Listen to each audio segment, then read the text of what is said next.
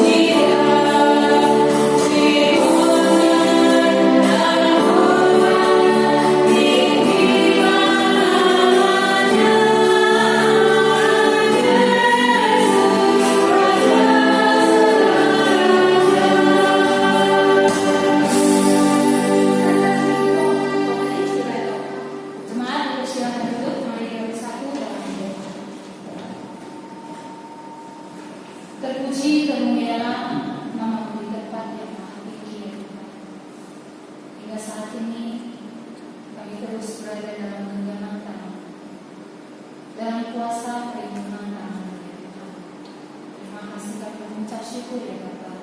Untuk saat ini kami boleh tetap hadir di tempat ini, memuji, melayani, dan kiranya kami terus boleh memuliakan dalam kehidupan kami.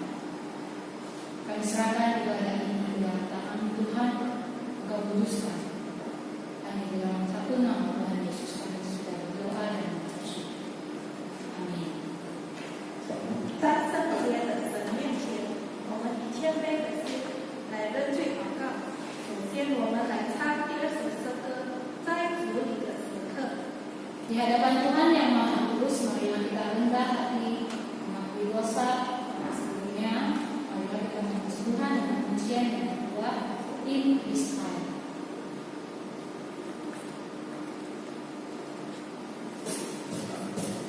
Thank you.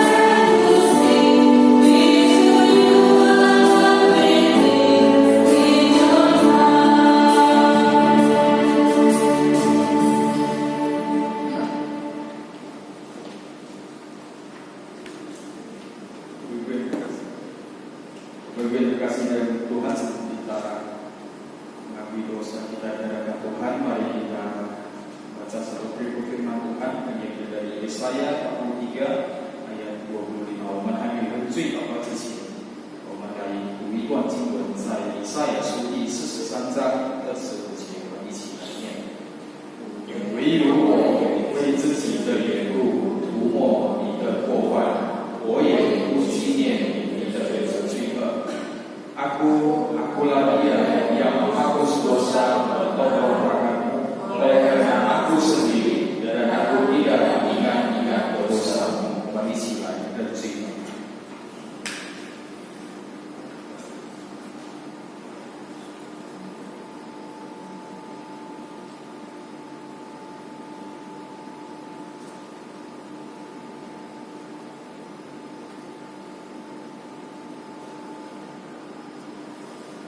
所以，我们再一次来到主面前，我们感谢你今天在你特别的日子，我们一起能够再一次来到你的圣殿，来敬拜你，来歌颂，来荣耀你的名。主啊，首先我们以谦卑的心，以破碎的心，我们要承认我们是个罪人。主，求你再次接受你牺牲的爱，接受你的宝血，洗净我们一切的过犯。求你再一次赐给我们这个机会。主啊，我们知道在我们每一天的生活里头，我们常常不听你的话，我们常常忽略了你的法度。我们常常忽略了你的存在，忽略了你的大爱。阿父上帝，我们再次求主给我们机会，让我们能够重新开始，能够悔改，给主不断的来塑造我们的生命，使我们的生命越来越像耶稣基督的生命。阿父上帝，谢谢你的慈爱。谢谢你的同在，主，我们将今天早上的机会从头到尾完全交托，也求主垂听我们的认罪祷告。谢谢主，我们将一切荣耀都归给主。我们如此祷告交托，奉耶稣基督的名祈求，阿门。我们一起来念主祷告。我们在天上的父，愿人都尊父的名为圣，愿父的国降临。愿父的旨意行在地上，如同行在天上。我们今日的饮食，今天赐给我们，赦免我们的罪，如同我们赦免你的罪我们的人，不叫我们遇见试探，只救我们脱离凶恶。不叫我荣耀天赐福的，直到永远。阿门。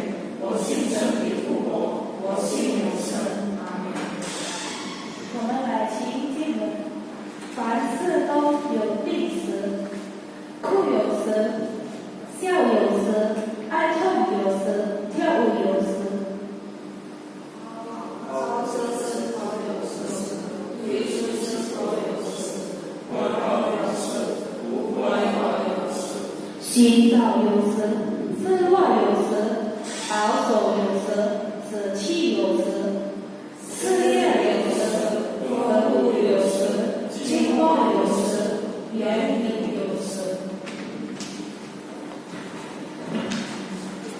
Segala sesuatu ada waktunya. Ada waktu untuk menangis, ada waktu untuk tertawa, ada waktu untuk meratap, ada waktu untuk menangis.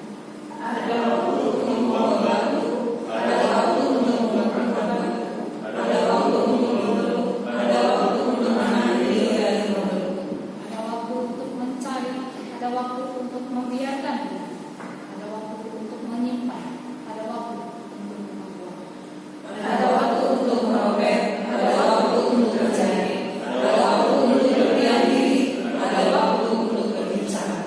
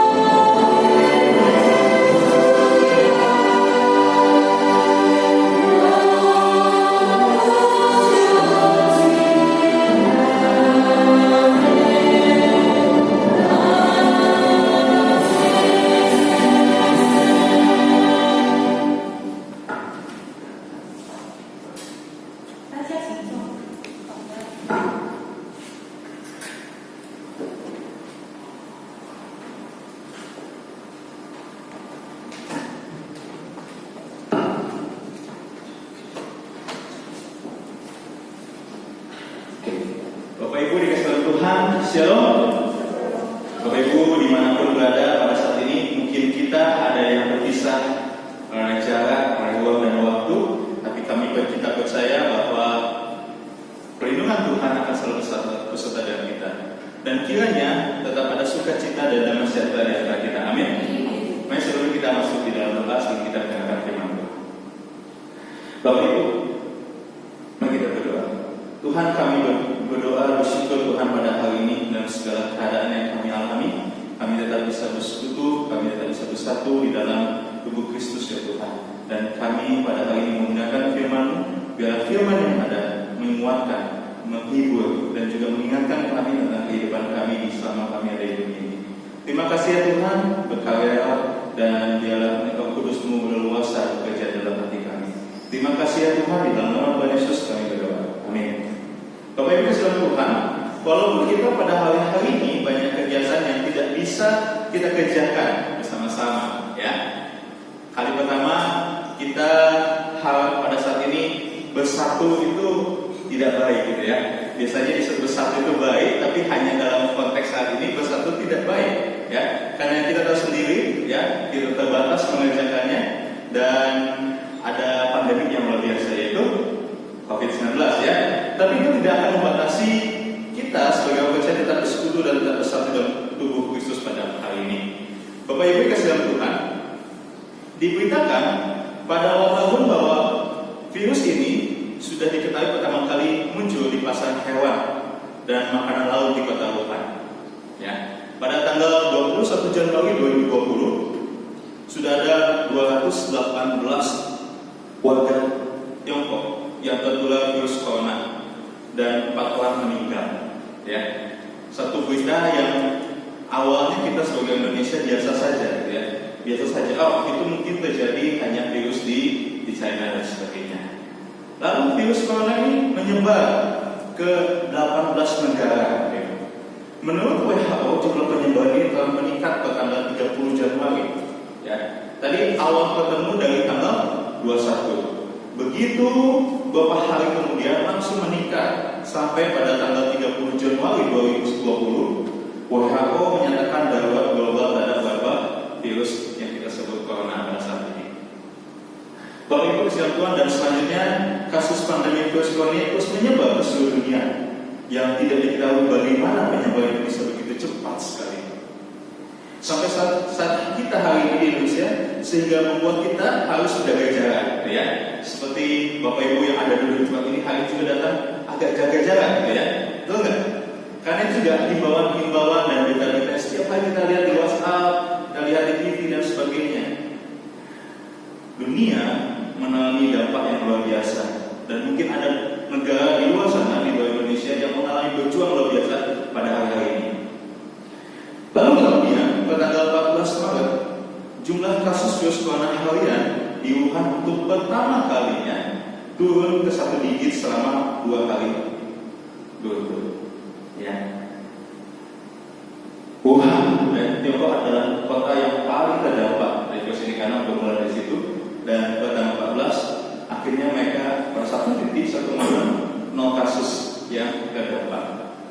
Bahkan kepala tim medis yang menangani kasus virus corona di China yang bernama Chang Boli mengatakan Wuhan yang menjadi pusat awal penyebaran virus corona diperkirakan akan mengalami 0 kasus corona pada akhir tahun ini.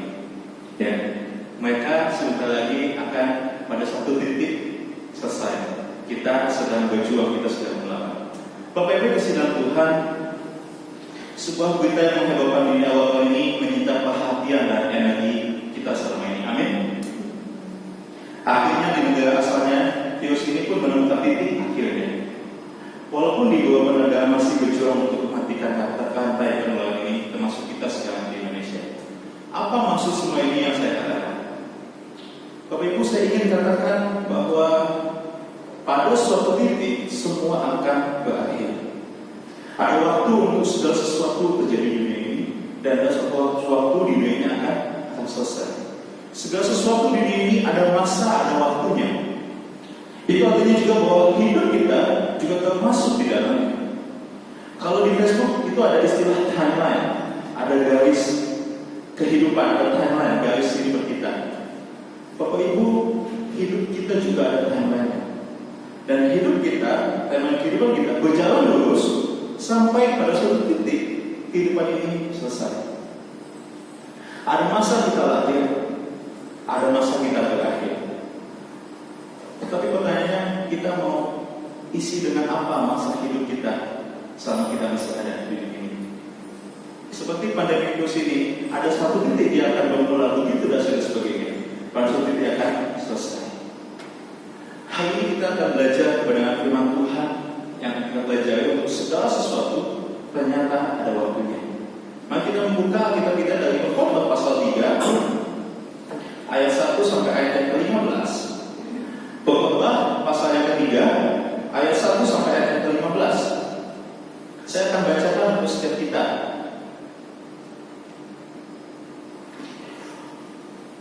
Untuk segala sesuatu ada masanya, untuk apapun di bawah langit ada waktunya. Ada waktu untuk lahir, ada waktu untuk meninggal, ada waktu untuk menanam, ada waktu untuk mencabut dari tanah, ada waktu untuk menumbuh, ada waktu untuk membunuh, ada waktu untuk menyembuhkan, ada waktu untuk merobek, ada waktu untuk membangun, ada waktu untuk menangis, ada waktu untuk tertawa, ada waktu untuk meratap, ada waktu untuk menari, ada waktu untuk membuang batu, ada waktu untuk mengumpulkan batu, ada waktu untuk memeluk, ada waktu untuk menahan diri dari memeluk, ada waktu untuk mencari, ada waktu untuk membiarkan rugi, ada waktu untuk menyimpan, ada waktu untuk membuang, ada waktu untuk merobek, ada waktu untuk menjahit, ada waktu untuk berdiam diri, ada waktu untuk berbicara, ada waktu untuk mengasihi, ada waktu untuk membenci, ada waktu untuk apakah untung pekerjaan yang dikerjakannya dengan kejerih payah? Aku telah melihat pekerjaan yang diberikan Allah pada anak manusia untuk melakukan dirinya. Ia membuat segala sesuatu indah pada waktunya. Bahkan ia memberikan kekekalan dalam hati mereka. Tetapi manusia tidak dapat menyelam pekerjaan yang dilakukan Allah dari awal sampai akhir. Aku tahu bahwa untuk mereka tak ada yang lebih baik daripada bersuka-suka dan menikmati kesenangan dalam hidup mereka. Dan bahwa setiap orang dapat makan, minum, dan menikmati kesenangan dalam segala jerih payahnya, itu juga adalah pemberian Allah. Aku tahu bahwa segala sesuatu yang dilakukan Allah akan tetap dan untuk selamanya. Itu tak dapat ditambah dan tak dapat dikurangi. Allah berbuat demikian supaya manusia takut akan Dia. Yang sekarang ada dulu sudah ada, dan yang akan sudah lama ada, dan Allah mencari yang sudah lalu. Bapak Ibu kasih Tuhan, saudara-saudari, izinkan saya bertanya kepada Anda sekalian. Apa yang kamu cari di kehidupan ini? Apa yang kamu cari di kehidupan ini? Dengan firman Tuhan yang telah kita baca, mengingatkan saya agar saya mulai mempertanyakan diri saya sendiri. Untuk apa saya ada di dunia ini? Dan apa yang saya cari sih di kehidupan ini?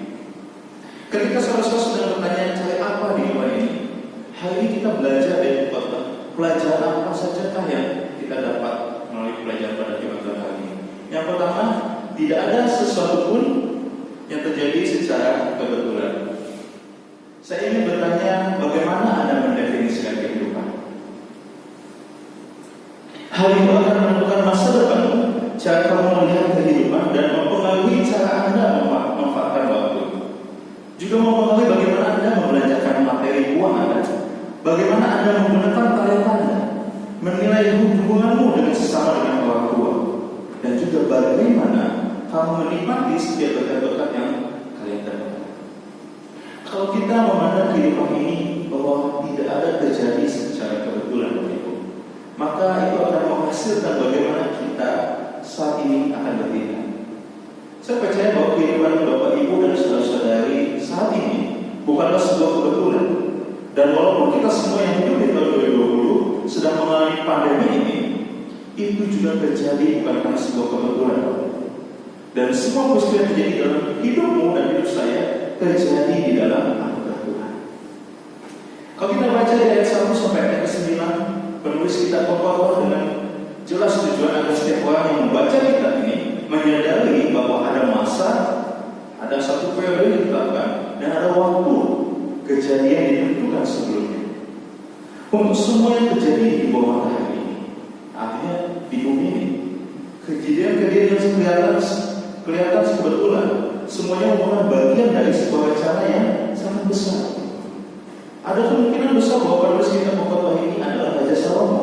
Kalau kita bisa lihat di pasal 1 ayat 1. Dan kemungkinan kitab Salomo ini ditulis pada saat Raja Salomo sudah usia, sudah tua. Tidak ada orang yang berhikmat seperti Raja Salomo di masa itu. Salomo disebut-sebut sebagai Raja Israel yang paling berhikmat. Dan kitab Khotbah begitu menggambarkan seseorang yang berhikmat sampai merenungkan begitu dalam tentang kehidupannya. Dia sudah menikmati banyak kehidupan di bumi, pengalaman-pengalaman yang banyak, dan akhirnya dia menceritakannya kepada generasi selanjutnya. Menurut pengkhotbah bahwa hidup itu sia-sia seperti usaha menjalankannya.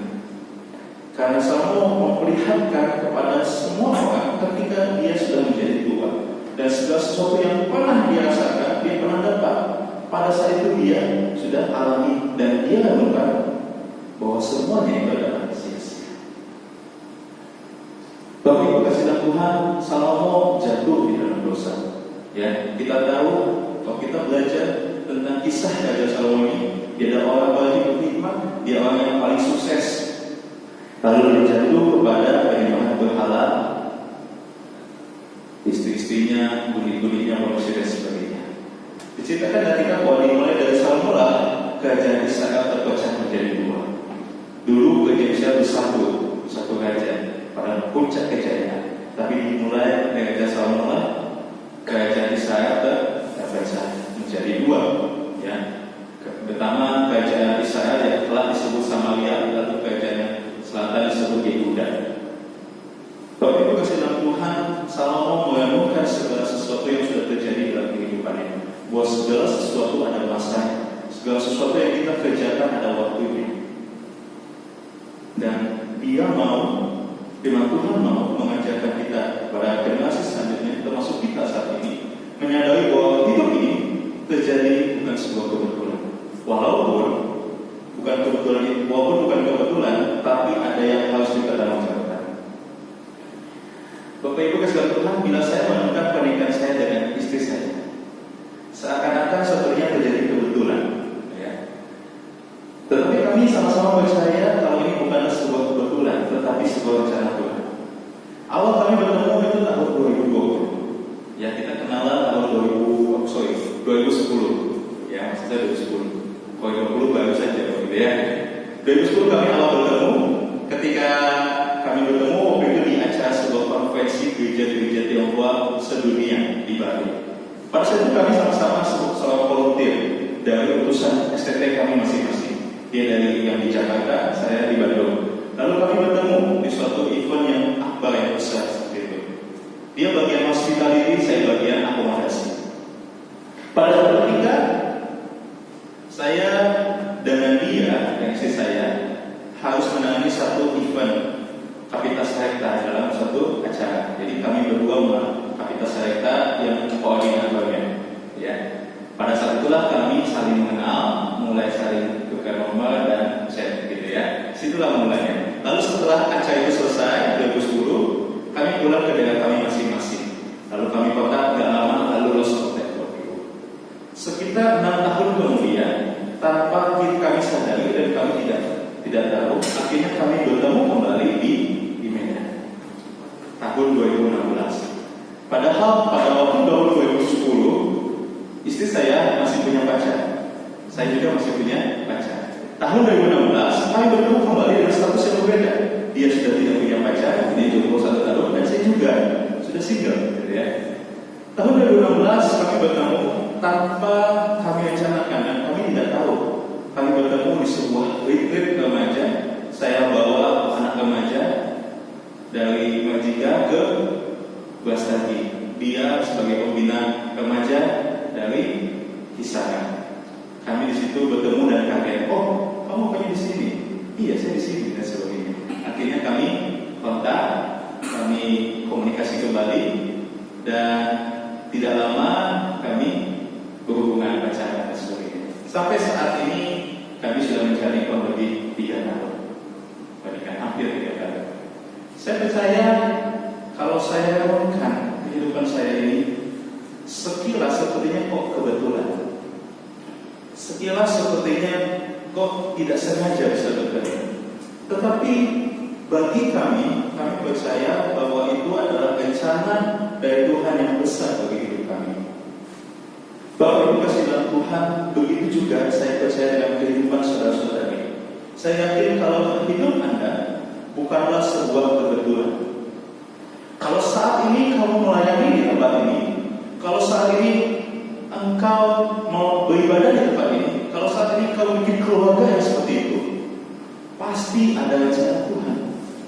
Kalau saat ini keadaanmu sedang sulit, saya yakin itu juga dalam rencana Tuhan. Yang perlu kita lakukan adalah pertama, tanya kepada Tuhan di dalam doa dan persekutuanmu pribadi dengan Tuhan setiap hari. Apakah yang Tuhan mau saya pelajari dari setiap momen kehidupan yang saya jalani? Atau apa yang Tuhan ingin saya lakukan dengan peristiwa yang saya alami, dengan keadaan yang saya jalani pada hari ini? Tanyakan kepada Tuhan. Yang kedua, yang dapat kita pelajari dari renungan dan pengkhotbah ini adalah menyadari bahwa segala sesuatu akan indah pada waktunya. Ayat 11, Ia membuat segala sesuatu indah pada waktunya, bahkan Ia memberikan kekekalan dalam hati mereka. Tetapi manusia tidak dapat menyelami pekerjaan yang Allah dari awal sampai akhir. Bapak Ibu dikasih dalam Tuhan, setiap kejadian yang Tuhan izinkan terjadi dalam waktu yang Dia sediakan. Di dalamnya Allah menyediakan keindahan. Hal itu hanya bisa dinikmati apabila manusia menyadari bahwa keindahan itu tidak ditemukan dari upaya dan usaha manusia. Ya, tetapi disadari dengan bahwa itu dapat dari pemberian Allah semata-mata.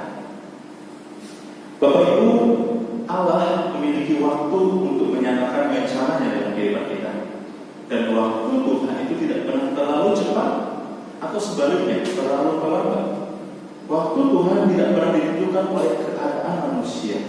Pada waktunya Dia membuatnya menjadi indah. Beberapa hal yang lalu, Bapak Ibu, saya dikirimkan pesan WhatsApp oleh mama saya. Isi dari WhatsApp-nya intinya mengajak setiap pembaca WhatsApp pesan itu untuk berdoa pada hari itu. Pada hari itu berdoa luar biasa. Karena dikatakan pada hari itu ada seorang hamba Tuhan yang tidak disebutkan namanya di Pulau Jawa mendapatkan penglihatan, ya, mendapatkan penglihatan. Hamba Tuhan itu bilang kalau malam itu akan ada 2 cawan katanya. Satu cawan malapetaka, satu cawan doa. Mama saya terima seperti itu. Lalu kalau misalkan pada satu titik cawan celaka itu terisi penuh, maka akan terjadi malapetaka yang luar biasa, katanya dalam kisah itu. Wah, menakutkan ya. Lalu menurut pernyataan itu kata WhatsApp saya baca ya, ada satu lagi cawan doa. Yuk, mari kita pada hari ini berdoa bersama-sama agar cawan doa itu terisi penuh. Lalu di pesan di bawahnya biasanya tertulis, jangan sampai pesan ini berhenti pada kamu. Bapak Ibu, ini ciri-ciri hoax ya. Kalau misalkan ada satu pesan di bawah, kalau kamu tidak mengirimkan kepada saudara-saudara kamu, maka kamu akan mengalami bla bla bla bla. Itu pasti hoax. Lalu saya balas pesan mama saya ini ya. Intinya bagus ngajak doa pada hari itu, karena ketakutan yang luar biasa kalau sampai calon itu malapetaka penuh gitu ya. Ayo kita doa sama-sama, sekeluarga dimanapun pokok berada berdoa.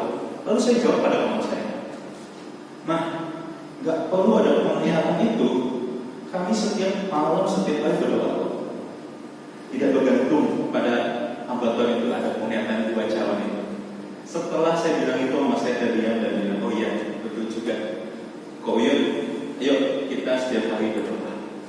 Bapak Ibu kasih dalam Tuhan, begitu terjadi peristiwa yang dahsyat ini, ya, kita sebut saja corona ini, membuat banyak orang mengirimkan pesan-pesan yang isinya aneh-aneh. Ya. Seperti pesan yang saya dapat tadi itu juga termasuk pesan yang aneh. Karena mengajak orang berdoa dengan tujuan agar Tuhan diubahkan, agar Tuhan digerakkan. Banyak orang yang cepat-cepat pergi dari suatu masalah. Kalau bisa masalahnya segera, yang ada itu sudah selesai deh. Ya. Ketika menghadapi masalah pengennya selesai secara instan. Ayo kita sama-sama berdoa. Di pandemi ini kita berdoa bersama-sama. Tetapi setelah semua ini selesai, apakah kita tetap bersama-sama berdoa? Saudara-saudari sekalian Tuhan, melalui penuhan kita hari ini dalam kitab Khotbah, memang Tuhan mengajarkan kita agar kita bersabar dan tetap memiliki pengharapan kepada Tuhan. Bahwa suatu saat akan ada suatu masa yang indah. Masa yang indah pada waktunya. Itu artinya ada proses yang dilalui harus terjadi. Pada bulan pertengahan tahun 2019, nenek saya, ama saya tercinta itu meninggal.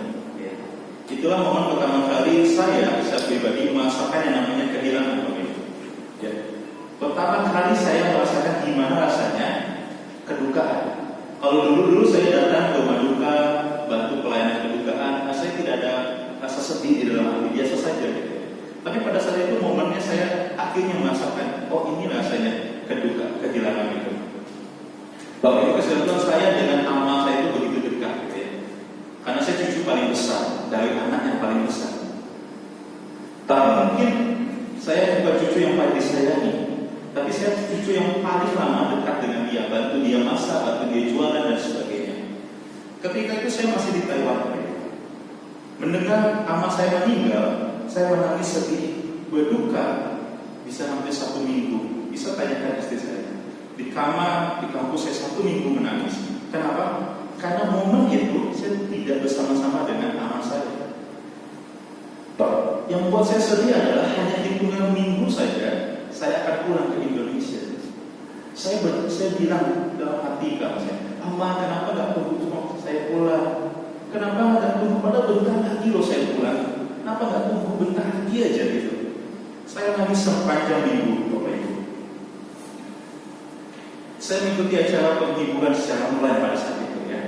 Hari ini mungkin ada penghiburan online atau ibadah online. Saat itu saya penghiburan online karena saya di Taiwan. Lalu saudara saya, adik saya live gitu ya, karena di sana. Dalam malam kedukaan, lalu ada seorang keluarga saya menyanyikan sebuah pujian, dan pujian itu adalah waktu Tuhan. Pujiannya katakan, waktu Tuhan pasti yang terbaik, walau kadang tak mudah dimengerti, lewati cobaan, ku tetap percaya waktu Tuhan pasti yang terbaik. Bapak Ibu kasih Tuhan, pujian itu sampai saat ini membuat saya bergemetar ya, merinding, karena saya ingat peristiwa itu. Ama saya sebelum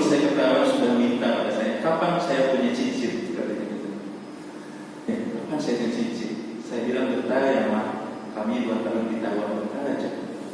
Pas itu sehat sebenarnya, keadaan sehat. Sampai pada waktunya dia harus dipanggil oleh Tuhan lebih dulu, tanpa ada tanda-tanda sakit dan sebagainya. Dia memang punya penyakit diabetes. Dan pada momen itu pujian itu mengingatkan saya bahwa ada waktu Tuhan, dan waktu Tuhan itu adalah waktu yang terbaik. Bapak Ibu kasihan Tuhan, ketika awal saya memutuskan pergi ke Sumatera Utara, saya tahu akan jauh dari keluarga. Saya asli dari Garut. Ketika saya dan istri harus pergi ke Taiwan, saya yakin ada rencana yang indah dan tidak mudah untuk bisa bertemu dengan keluarga saya pada saat itu. Sampai saat ini saya juga belum bertemu keluarga saya di Bandung. Dan saya yakin momen kedukaan yang saya alami, saya tidak bisa berkumpul dengan keluarga karena jarak memisahkan kami. Tetapi semua itu betul. Pujian katakan bahwa itu adalah waktu Tuhan yang terbaik. Bapak Ibu saudara kasih dalam Tuhan, saya rindu kita hari ini menemukan waktu Tuhan yang terbaik. Janganlah saudara hidup dalam penyesalan. Tak ada gunanya hidup dalam penyesalan masa lalu. Kita pun tidak bisa merubah apa yang sudah terjadi di masa lampau. Kita hidup saat ini untuk menyongsong masa depan. Saudara-saudari, jangan lagi hidup dalam penyesalan atau rasa bersalah, tetapi hiduplah karena waktu yang saat ini adalah waktu yang terbaik, dan akan ada sesuatu yang indah pada waktunya.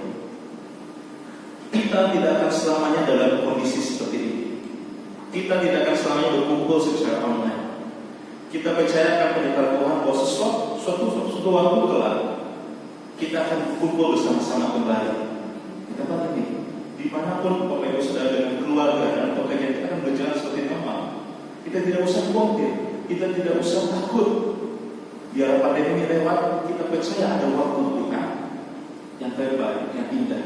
Kita akan bersama-sama dalam pencarian yang indah.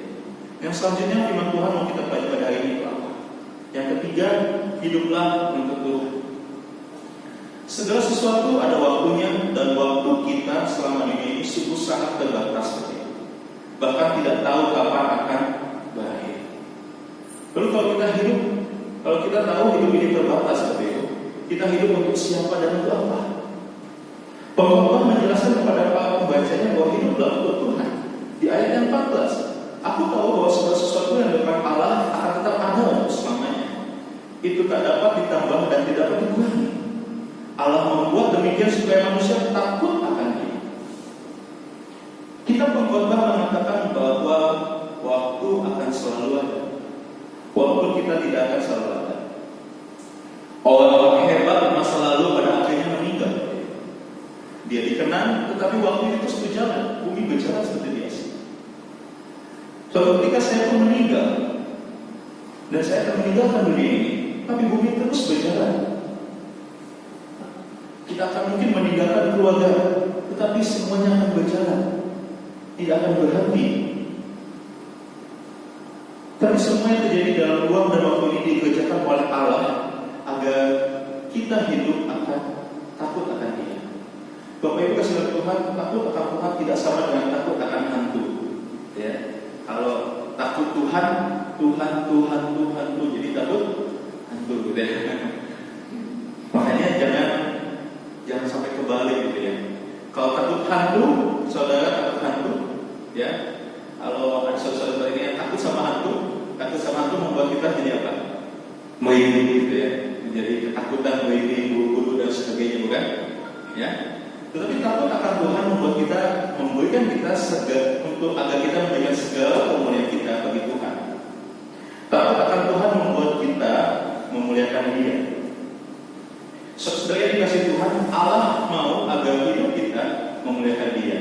Ketika kita tahu bahwa hidup ini terbatas waktunya, dan segala yang terjadi dalam hidup kita ini juga terbatas, ada rencana Tuhan yang besar. Tuhan mau kemudian hidup kita memuliakan Dia. Pertanyaannya, bagaimana hidup memuliakan Tuhan ini? Seorang tokoh teolog terkenal bernama C.S. Lewis, dia adalah juga penulis buku dan juga film terkenal Narnia, kalau Bapak Ibu tahu, ya. C.S. Lewis berkata, ketika Allah memerintahkan kita untuk memuliakan Dia, Allah mengajak kita untuk menikmatinya. Hidup yang memuliakan Tuhan adalah hidup yang menikmati kehadirannya. Saudara-saudari yang dikasihi Tuhan, momen saat ini adalah kesempatan yang baik yang Tuhan ajarkan kepada kita agar kita hidup untuk Dia. Setidaknya mengajak setiap kita, keluarga kita berkumpul bersama dimanapun Bapak Ibu saudara-saudara berkumpul pada hari ini untuk mendekatkan diri kepada Tuhan bersama keluarga.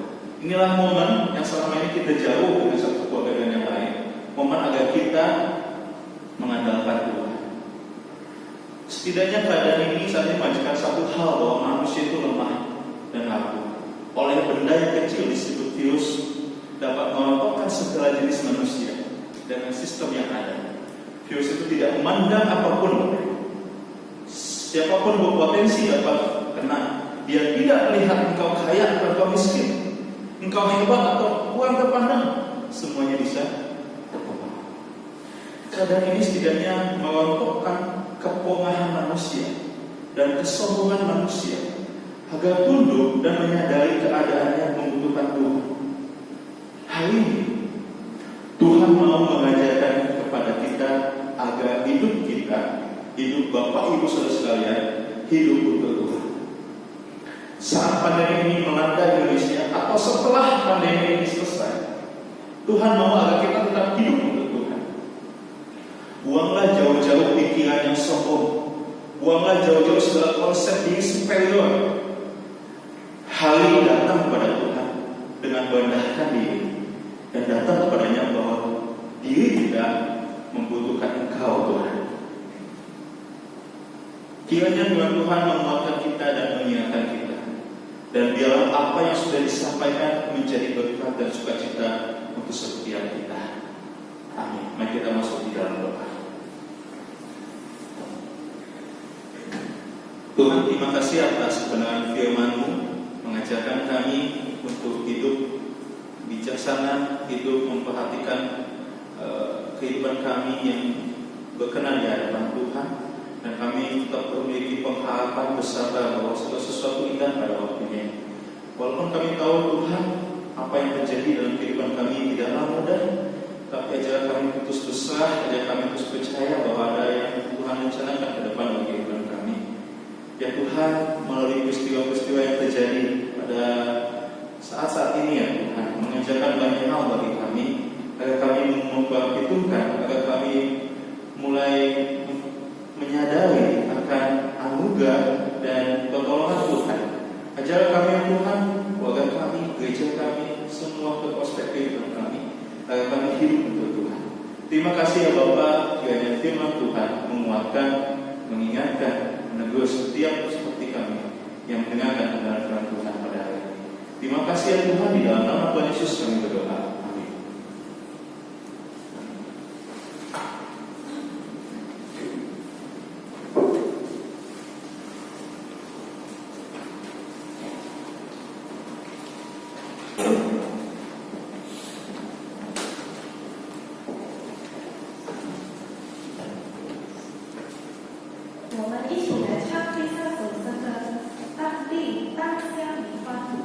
Marilah kita puji Tuhan dan pujian biar seluruh bumi untuk mengesahkan firman Tuhan pada hari ini. Amin.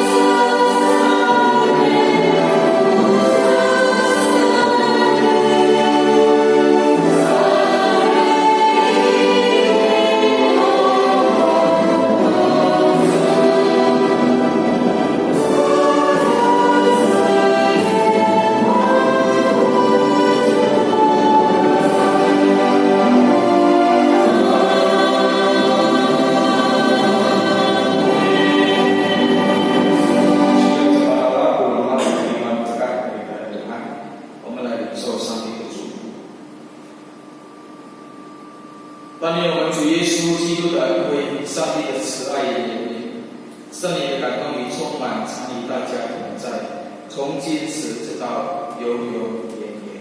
Kiranya anugerah daripada Tuhan kita Yesus Kristus, kasih sayang dari Allah Bapa di surga, serta persekutuan dengan Roh Kudus yang selalu menyertai, melindungi dan memberkati saudara-saudari sekalian, mulai hari ini, besok sampai selama-lamanya. Amin.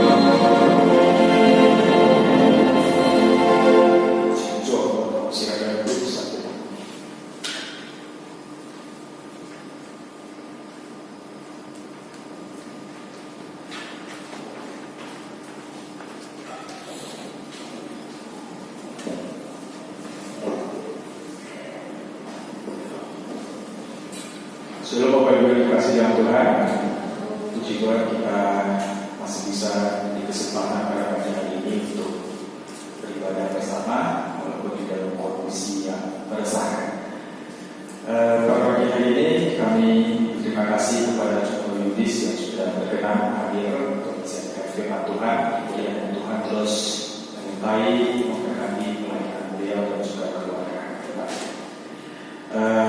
Untuk kegiatan gereja di masa yang meresahkan ini, biar kita tetap berdoa dan aktivitas gereja seperti persekutuan doa kita di rumah saja. Dan untuk minggu depan juga seperti ini, dan kita mengundang seluruh petugas untuk bisa hadir dan pelayanan bersama di tempat ini. Untuk minggu depan Zaman Kudus sementara GPI pusat. Demikian disampaikan kepada kita semua. Ada tambahan dari majelis? Bagi nanti persembahannya di standby di depan pintu yang sudah mempersiapkannya, waktu keluar dari pintu langsung masukkan ke dalam kantong. Baik, terima kasih. Kita coba ke depan.